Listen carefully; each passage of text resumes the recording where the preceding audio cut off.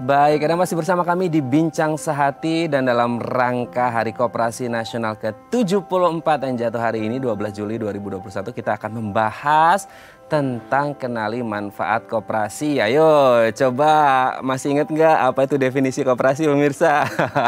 Ini pelajaran kita waktu kecil ya. Nah hari ini kita akan mencoba merefresh lagi, flashback lagi, kita akan memperbarui update dari koperasi hanya sekedar menabung aja atau sebenarnya banyak sekali manfaat yang bisa kita dapatkan dari koperasi. Makanya hari ini kita akan membahas tentang kenali manfaat koperasi. Bagi Anda yang memiliki pertanyaan seputar tema kita hari ini, Anda bisa menghubungi kami di nomor 0212903244 atau DM Instagram kami di @bincangsehati.tv. Nah, untuk membahasnya telah tersambung bersama kami di sambungan Zoom dengan Bapak Joni Gunawan, Wealth Coach dari Hartanah Group. Selamat pagi Pak Joni, apa kabar?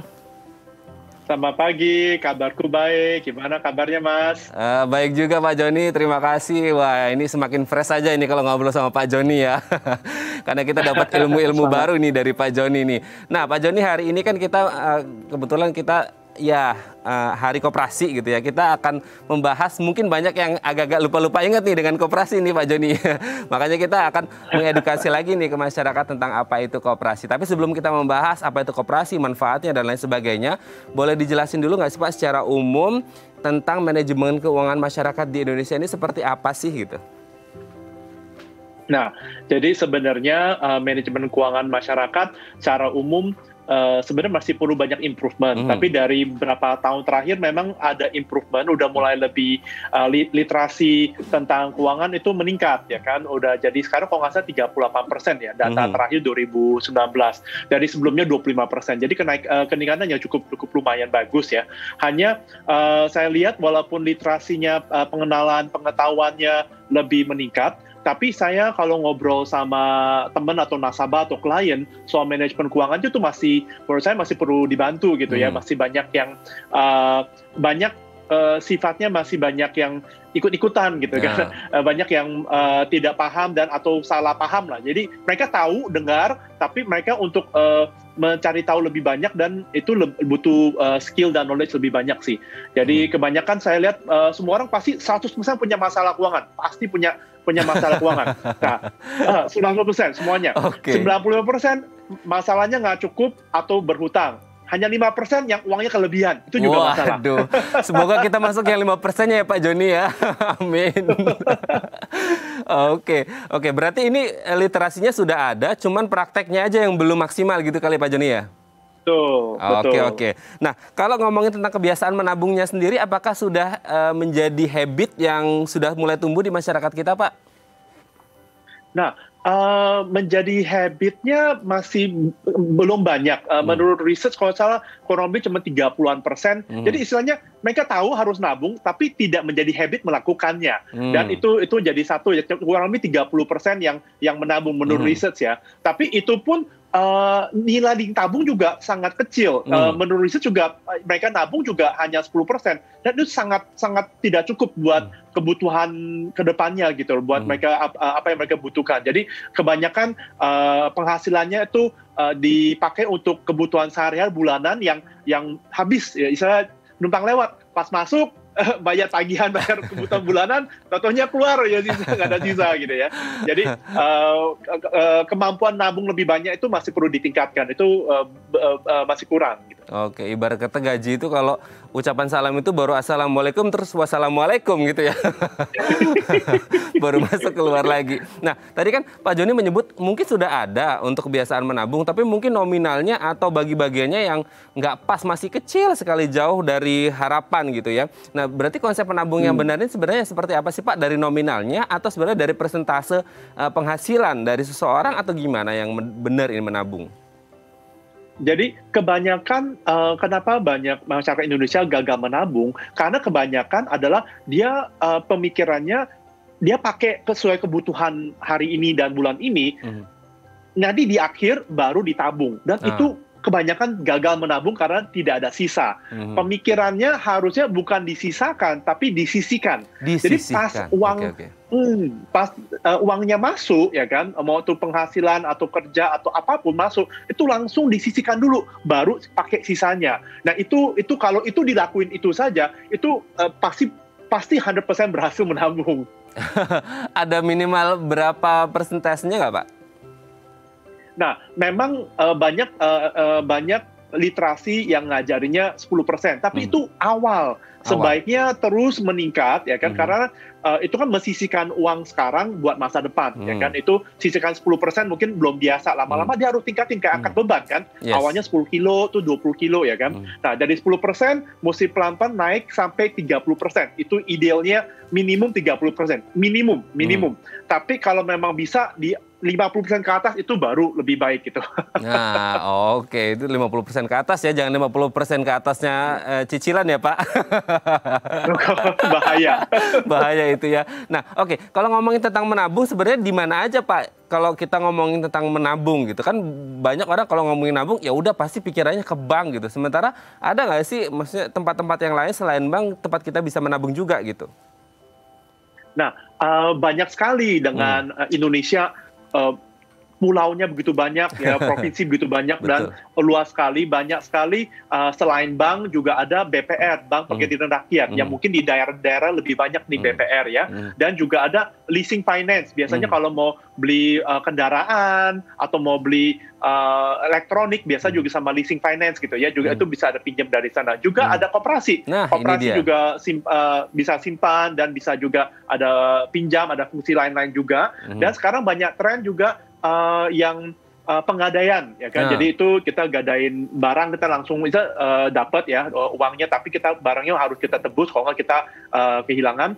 Dan sekarang lagi tren banget tuh aplikasi, ya kan? Nah itu sebenarnya plus minus tuh memudahkan, tapi bahaya kalau tidak dikontrol dengan baik gitu. Oke, seperti pisau ya. Bisa dimanfaatkan, bisa juga membunuh kita. Oke, nah kalau tadi kan Pak Joni menyebut selain bank, BPR dan lain sebagainya ada namanya koperasi. Nah, kita kembali lagi belajar nih Pak Joni, koperasi ini apa sebenarnya gitu? Nah, kalau definisinya koperasi adalah kan sebuah badan usaha atau badan hukum yang memang anggota yang pada prinsip kegiatannya untuk gerakan ekonomi rakyat atas kekeluargaan ya, asas keluargaan. Jadi itu lebih ke bersama anggota ini kumpul untuk menjalanin badan usaha ini bersama gitu, untuk kesejahteraan bersama. Nah, itu sebenarnya konsep koperasi itu keren banget. Hanya kenapa kurang di Indonesia, itu sayang sekali gitu sebenarnya. Oke. Jadi kenapa di luar negeri koperasi itu kayak contoh di Belanda. Belanda koperasi sampai begitu besar, begitu profesional, sampai ada anak perusahaannya yang masuk ke perusahaan saham dan menjadi perusahaan internasional. Jadi itu mulainya dari koperasi.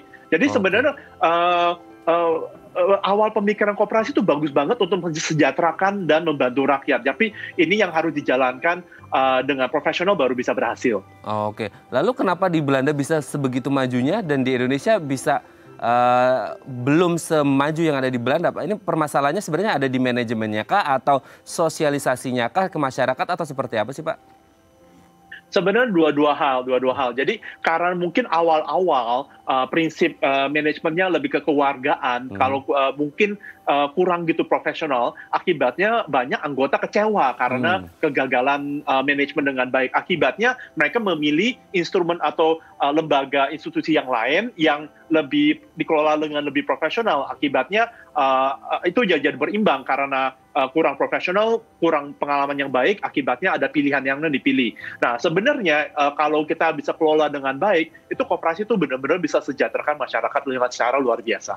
Oke, berarti ini hanya masalah bagaimana seseorang atau lembaga atau badan ini mengelola dari koperasi ini sendiri menjadi sangat profesional sehingga mungkin bisa disandingkan dengan platform atau instrumen yang lain seperti bank. Nah, pertanyaannya kemudian ada beda nggak sih Pak koperasi sama bank gitu ya? Kalau kita lihat di Belanda koperasi ternyata bisa sangat maju sekali, berarti kan bisa hampir sama dong selevel dengan bank atau gimana nih? Nah, sangat bisa. Kayak yang saya cerita, nggak ada yang kebayangkan koperasi bisa sampai naik bursa saham dan TBK, ya kan? Itu segitu profesionalnya. Jadi bedanya intinya sih gini, kalau koperasi adalah dari anggota untuk anggota. Ya, jadi itu prinsip koperasi, ya kan? Jadi yang kelola juga anggota untuk anggotanya yang bisa simpan dan pinjam dan manfaatnya koperasi. Nah, kalau bank itu kan dari pemegang saham kepada cari karyawan dan kepada nasabah. Betul. Itu udah ada 3 pihak tuh. Udah 3 pihak, udah ada pemegang saham, punya kepentingan pemegang saham, ada karyawan, kepentingannya karyawan, terus nasabah, kepentingan nasabah. Jadi otomatis ada tiga unsur pihak yang punya kepentingan yang berbeda. Jadi itu udah dari prinsip itu saja udah beda gitu. Oke. Tapi kalau kita berbicara tentang koperasi, kan dulu pikiran kita adalah ya simpan pinjam aja gitu. Nah, apakah ini hanya terbatas simpan pinjam aja atau sebenarnya sekarang sudah berkembang sangat pesat ini Pak Joni? Nah, selain simpan pinjam, koperasi banyak hal. Jadi misalnya koperasi yang berdasarkan fungsi, ya kan? Misalnya koperasi konsumen, konsumsi, koperasi jasa, atau koperasi produksi itu bisa, ya kan? Atau koperasi tingkat daerah, ya kan? Koperasi primer, sekunder, atau menjadi pusat, gabungan, atau induk itu banyak ininya. Juga ada koperasi sesuai dengan jenis usaha. Tadi kan koperasi simpan pinjam, salah satu yang lebih terkenal. Juga ada koperasi serba usaha, mau bikin toko kelontong gitu ya, ada minimart itu bisa gitu, atau konsumsi ya kan, atau produksi itu bisa beli barang bersama ya kan, itu menjadi contoh koperasi yang di Belanda itu terkenal tuh yang para petani susu ya kan.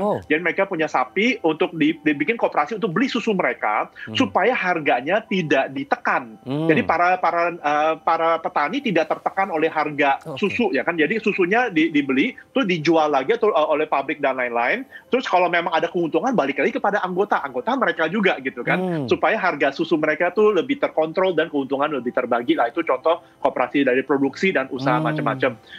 Juga ada koperasi unit desa, ada koperasi karyawan, banyak fungsinya ya. Nah, intinya sih sekarang karena zamannya digital dan modern, banyak fungsi-fungsi ini udah bisa didigitalkan dengan yang ada aplikasi handphone.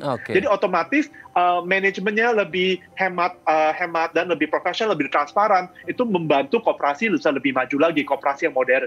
Nah, ini sangat luar biasa. Ini bagaimana kemudian kita melihat Pak Joni ini bersemangat sekali menjelaskan koperasi, karena ternyata manfaat koperasi banyak banget ya Pak ya. Apalagi kalau kita melihat tadi seperti di Belanda gitu ya, petani susu ya, bagaimana kekompakan gitu ya, dan sistem kekeluargaan yang profesional ini bisa membuatnya menjadi sukses gitu ya Pak ya. Oke Pak, nanti kita akan lanjut lagi ngomongin tentang koperasi di segmen selanjutnya. Baik, pemirsa, bagi Anda yang memiliki pertanyaan seputar tema kita hari ini, Anda bisa menghubungi kami di nomor 021 290 3244 atau DM Instagram kami di @bincangsahatidayatv. Kami akan segera kembali.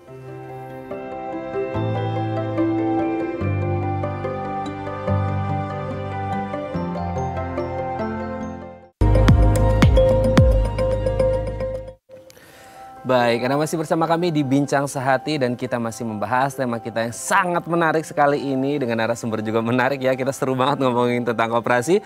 Baik, pemirsa, bagi Anda yang memiliki pertanyaan seputar gimana sih manfaat koperasi, apa saja yang bisa dilakukan di koperasi, Anda boleh menghubungi kami di nomor 021 290 3244 atau DM Instagram kami di @bincangsahatidayatv. Masih bersama dengan Bapak Joni Gunawan, Wealth Coach dari Hartanah Group. Pak Joni, kita lanjut lagi nih, nggak sabar lagi ngobrol seru sama Pak Joni ya. Pak, ini kan banyak kemudian kalau kita ya sering dengar dari orang atau kita baca artikel gitu ya, literasi tentang keuangan, banyak yang nanya, aman gak sih nabung di koperasi? Nah, entah karena satu dan lain hal mungkin ini Pak, yang kemudian banyak orang bertanya, aman gak ya? Aman gak ya? Nah, gimana nih Pak Joni? Nah, semua lembaga keuangan pasti ada resiko banyak hal ya. Jadi kita harus belajar bagaimana resiko apa yang perlu diperhatikan. Nah, satu prinsipnya adalah lembaga contoh yang lain pun ada tidak amannya juga, karena ujung-ujungnya kepada manajemen yang profesional atau tidak ya kan. Jadi itu satu, siapa sih yang kelola koperasi tersebut, pengurusnya berkompeten atau tidak. Problemnya dengan koperasi adalah kan anggota yang memilih pengurus. Jadi tidak ada kayak proses interview, cek CV, ngetes gitu kan tidak ada ya kan. Jadi itu jadi challenge ya. Jadi kalau para anggota memilih pengurus, ketua dan sekretaris bendaharanya yang tidak kompeten, otomatis akan pengelolanya tidak baik, ya kan. Jadi itu harus pilih bukan cuma populer, tapi juga kompeten juga. Siapa sih orang yang menjalankan koperasi, memanage-nya itu. Jadi satu, ya. Udah orangnya yang kompeten itu supaya mengamankan koperasi. Berikutnya, laporan koperasinya itu transparan dan accountable dan rutinnya. Jangan sampai tidak ada laporan atau tidak ada penjelasan penggunaan uang, tidak transparan. Akibatnya kita juga tidak tahu ini kelolanya sehat atau tidak. Jadi itu saya rasa dua hal yang sangat penting supaya kesehatan keuangan koperasi itu bisa dimantau, bisa dilihat bahwa kita bisa nilai. Contoh, kalau kita tidak medical check up, tiba-tiba kan bisa sakit atau ada sesuatu. Tapi kalau kita cek secara rutin, otomatis kan kita bisa atur. Kalau tidak sehat kan kita bisa adjust ya. Jadi intinya sih dua hal itu yang membuat faktor koperasi aman atau tidak, yaitu manajemen sama laporan keuangan. Oke, manajemen dan laporan keuangannya gitu ya. Nah, kita kan sering juga nih Pak, kalau ngomongin tentang lembaga keuangan seperti bank kan sering kita dengar, oh ada LPS nih gitu untuk bank. Kayaknya kalau nggak salah 2 miliar ya, kalau nggak salah nih gitu. Nah, kalau untuk koperasi sendiri, ini ada LPS khusus koperasi atau sama-sama dengan di bank atau seperti apa ini Pak Joni? Secara prinsip sih tidak ada yang khusus berkoperasi, ya kan? Jadi tidak ada LPS. LPS itu kan misalnya lembaga penjamin simpanan. Jadi simpanannya ada jaminan senilai 2 miliar. Kalau ikutin BI rate, ya kan satu. Dan LPS dipakai kalau lembaga keuangan tersebut istilahnya pilot, ya kan, pilot dan dijamin sama LPS ini untuk senilai 2 miliar. Kalau tabungannya lebih dari itu, tidak, cuman maksimum cuma 2 miliar. Kalau tabungannya di atas BI rate atau tidak sesuai dengan rate-nya Bank Indonesia, juga tidak terjamin. Jadi banyak sekali harus hati-hati ya, jangan sampai kita pikir itu aman ternyata tidak terlindungi gitu ya. Jadi koperasi prinsipnya tidak ada LPS, tidak harus di bawah LPS ya. Nah kembali lagi berarti kita harus cek portfolio dari si koperasi ini sendiri bagaimana kemudian manajemennya dan laporan keuangan yang tadi disebutkan oleh Pak Joni ya Pak ya. Berarti kita memang harus teliti banget gitu kan, karena juga tidak menjamin bahwa di luar koperasi seperti bank juga bisa ada jaminan yang bikin kita aman ya. Semua pasti berisiko, tadi sudah disebutkan oleh Pak Joni bagaimana kemudian instrumen yang ada semuanya pasti ada nilai risiko di sana gitu. Nah kemudian kita sebagai orang awam nih Pak, kan sering nih kita dengar apa-apa selalu ini diawasi OJK enggak, ini diawasi OJK enggak. Nah karena kita taunya sebagai orang awam gitu ya, bukan well coach seperti Pak Joni, kita taunya OJK gitu. Nah kan apakah memang koperasi ini di bawah OJK atau di bawah lembaga yang lain atau seperti apa ini Pak Joni? Nah, secara pendek udah pasti koperasi bukan di bawah OJK. Waktu OJK terbentuk, saya salah satu konsultannya yang bantu perbentukan itu dari 7 instansi kalau nggak salah, dari BI, dari swasta, dari polisi, dari pokoknya ada 7 instansi itu untuk terbentuk untuk OJK terjadi ya kan. Nah, jadi OJK naungannya adalah Kementerian Keuangan. Kalau koperasi naungannya Kementerian Koperasi dan UMKM.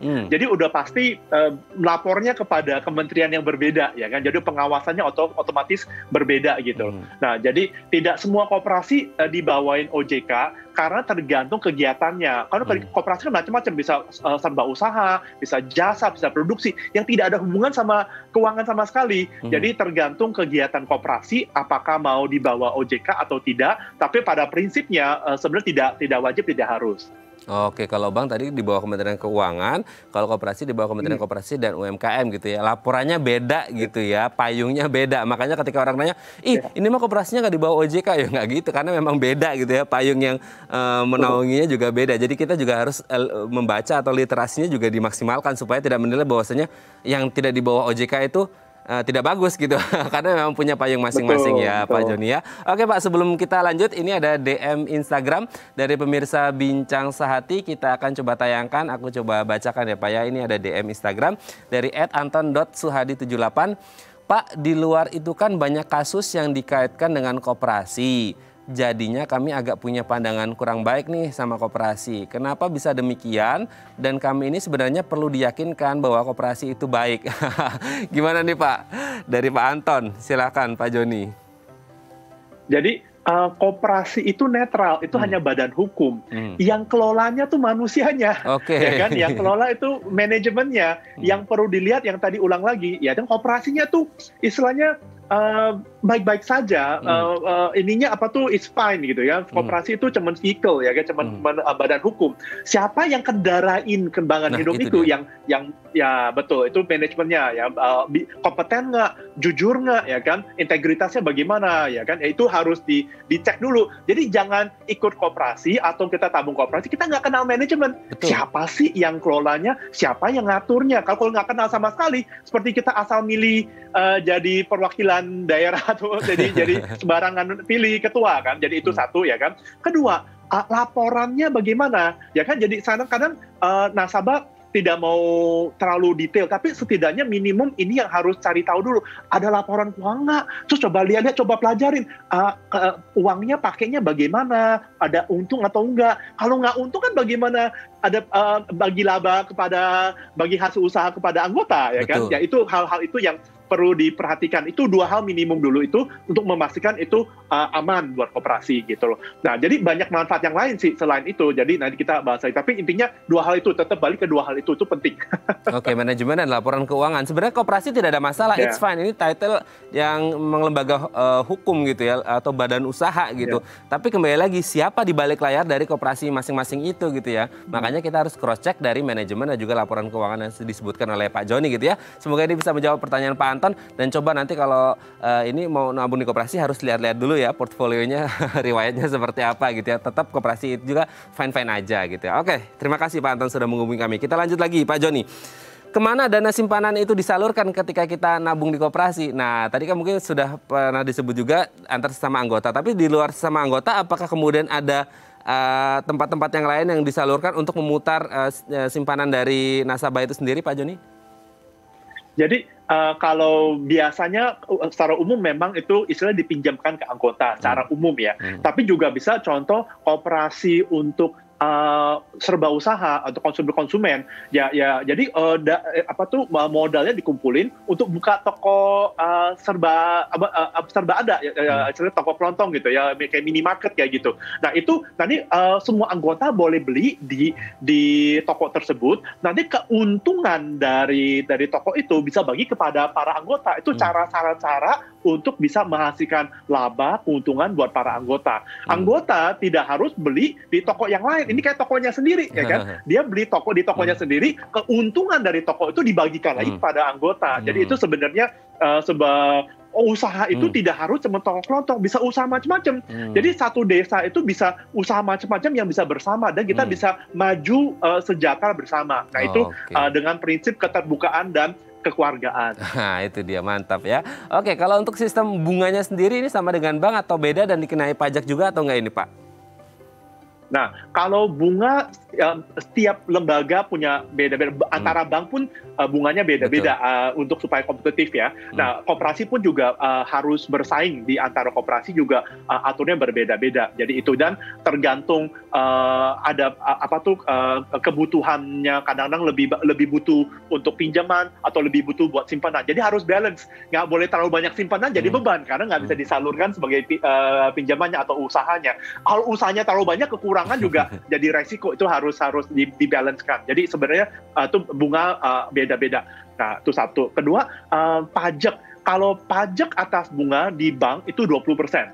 Ya, pajak bunga di koperasi hanya 10%, setengahnya. Oke. Lebih kecil ya? Lebih kecil. Oke. Jadi biasanya bunga koperasi lebih tinggi karena buat menarikin konsumen ya kan, buat menarikin para anggota. Jadi udah pajak bunganya lebih tinggi, pajaknya lebih kecil. Jadi sebenarnya menarik gitu lah. Sangat menarik ya, bunga lebih tinggi, pajak lebih kecil, itu lebih menarik ya Pak ya. Dan itu terjadi di koperasi gitu ya. Oke, Pak Joni, nanti di segmen selanjutnya kita akan membahas tips mengelola keuangan dan mungkin ada closing statement kenapa kita harus menggunakan koperasi gitu ya Pak Joni ya. Baik pemirsa, bagi Anda yang memiliki pertanyaan seputar tema kita hari ini, Anda bisa menghubungi kami di nomor 021 290 3244 atau DM Instagram kami di @bincangsahatidaytv. Kami akan segera kembali.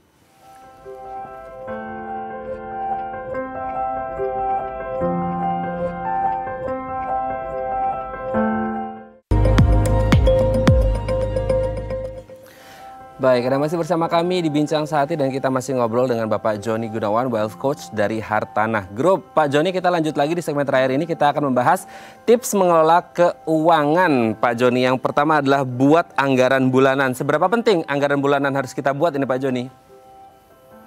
Nah, menurut saya itu penting sekali. Itu seperti kayak buat perencanaan perjalanan. Kalau tidak ada anggaran, kita tuh jalannya tidak terarah. Jadi itu sangat penting dan memisahkan pengeluaran tetap dan tidak tetap. Dan pengeluaran yang tidak tetap ini yang biasanya pengeluaran yang mungkin ada emotional spending. Jadi itu harus lebih jaga ekstra ya kan. Jadi bisa aja bablas itu di sana. Jadi perencanaan pemakai uang yang terencana itu sangat penting. Betul sekali ya, biar nggak bablas gitu ya. Bahasanya sekarang itu lost doll gitu ya. Oke, yang nomor 2. Nah, ini sisihkan untuk tabungan. Gimana nih Pak Joni? Jadi yang tadi saya ceritakan, jangan sisakan tapi sisihkan, ya kan. Jadi kalau ada penghasilan langsung disisihkan. Nah, kita ada yang penghasilannya tetap, ada gaji tetap, ada juga yang penghasilan tidak tetap. Mungkin dia pengusaha, dia profesional, kadang ada job, kadang ada job, ya kan. Jadi tetap prinsipnya berapapun yang Anda terima itu langsung disisihkan, ya kan. Itu harus jadi disiplin. Mau itu terimanya per job atau per bulan atau per minggu atau apa, pas terima berapapun disisihkan, ya kan. Berapapun nilainya. Ya, jadi sisihkannya berapa? Tadi saya cerita mulai dari mungkin 10% minimum mulai. Nanti mulai menuju ke 30%, ya kan. Terus itu udah mulai membaik, terus naikin terus kalau bisa sampai 50%. Nah, itu levelnya udah jauh lebih bagus karena dengan bisa sisihkan begitu banyak, berarti nanti banyak yang bisa dikembangin di masa depan. Jadi mulai dari sisihkan dulu, bertahap untuk makin tinggi. Oke ya, sisihkan bukan sisakan. Selanjutnya segera bayar tagihan. Nah, gimana nih Pak? Nah, jadi tagihan kadang-kadang itu dampak kepada lain-lain. Jadi itu seringkali kalau kita udah sisihkan, kita baru bayar tagihan yang rutin lah. Kita macam-macam. Kalau jangan sampai kita nggak bayar listrik atau telepon kepotong. Itu kan jadi kita problem, tidak bisa pakai fungsi-fungsi itu ya. Nggak lucu kan tiba-tiba jebret nggak ada listrik atau jebret nggak ada ini. Jadi tagihan itu dibayarkan dulu. Mau cicilan tagihan biar tidak ada masalah di kedepannya gitu. Supaya nggak hilaf itu memakai penghasilannya. Pokoknya yang harus wajib dulu cicilan harus dibayarkan segera gitu ya. Selanjutnya Pak, buat laporan harian. Kalau tadi bulanan, ini harian juga menjadi sangat penting ya Pak ya? Nah, ini tergantung setiap orang. Memang ada baiknya kalau mencatat dan kalau kadang-kadang orang gini, di akhir bulan uang saya kemana aja ya? Fotonya habis gitu.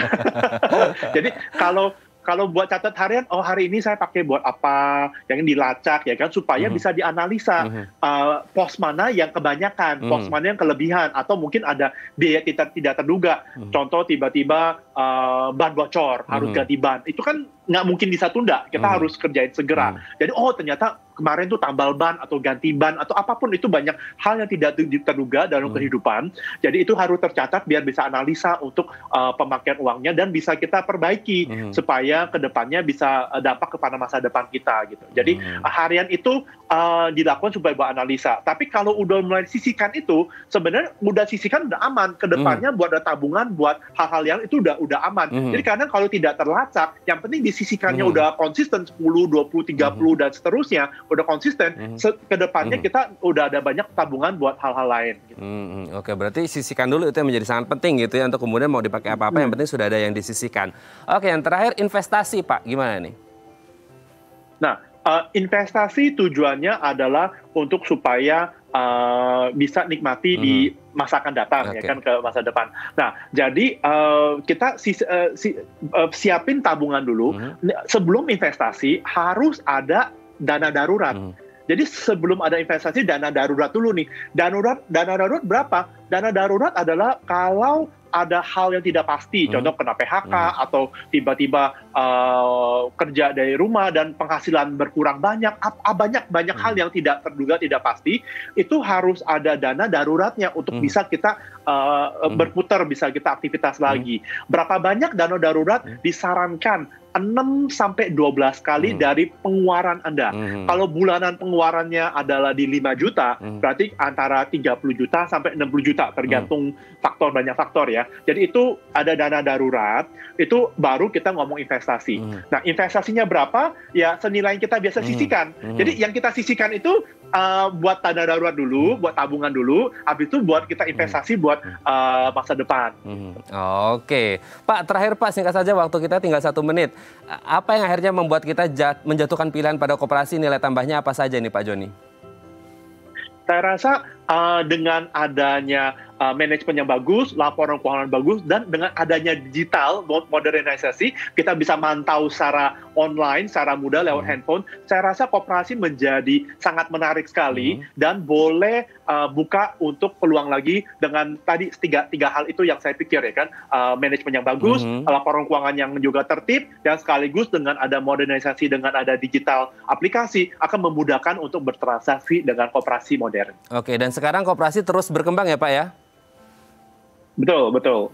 Manfaatnya banyak sekali. Oke, berarti kalau kita berbicara tentang bagaimana menyimpan atau ya keuangan kita, cash flow kita, tidak hanya ngomongin bank, tapi juga di sana ada koperasi. Dan pastinya kita harus melihat riwayat dari koperasi itu masing-masing dari 3 faktor yang disebutkan oleh Pak Joni tadi ya Pak ya. Semoga ini bisa menginspirasi kita semuanya di Hari Koperasi Nasional ini. Semoga kita lebih mengenal dan juga kita memanfaatkan koperasi. Dan semoga koperasi terus berkembang dan juga terus maju gitu ya. Nanti kalau kita butuh sharing-sharing lagi, kita ngobrol-ngobrol lagi ya Pak Joni ya. Baik, terima kasih Pak Joni Gunawan, Wealth Coach dari Hartanah Group, sudah berbagi bersama kami pagi hari ini, menginspirasi dan mengedukasi sekali. Sesuatu yang mungkin kita udah dengar dulu tentang koperasi, sekarang kita dengar lagi dan kita diedukasi lagi sama Pak Joni. Terima kasih Pak Joni, sehat-sehat terus dan salam untuk teman-teman di Hartanah Group. Selamat pagi Pak Joni. Selamat pagi, terima kasih. Terima kasih kembali. Kamu punya dana nganggur? Daripada dianggurin, lebih baik taruh di simpanan berjangkau Koperasi Hartanah aja. Mulai dari 10 juta dengan periode simpanan 6 atau 12 bulan. Suku bunganya menarik dan kompetitif. Dana kamu terjamin, aman, dan juga pastinya menguntungkan. Informasi lebih lanjut bisa lihat di www.hartanahgroup.com.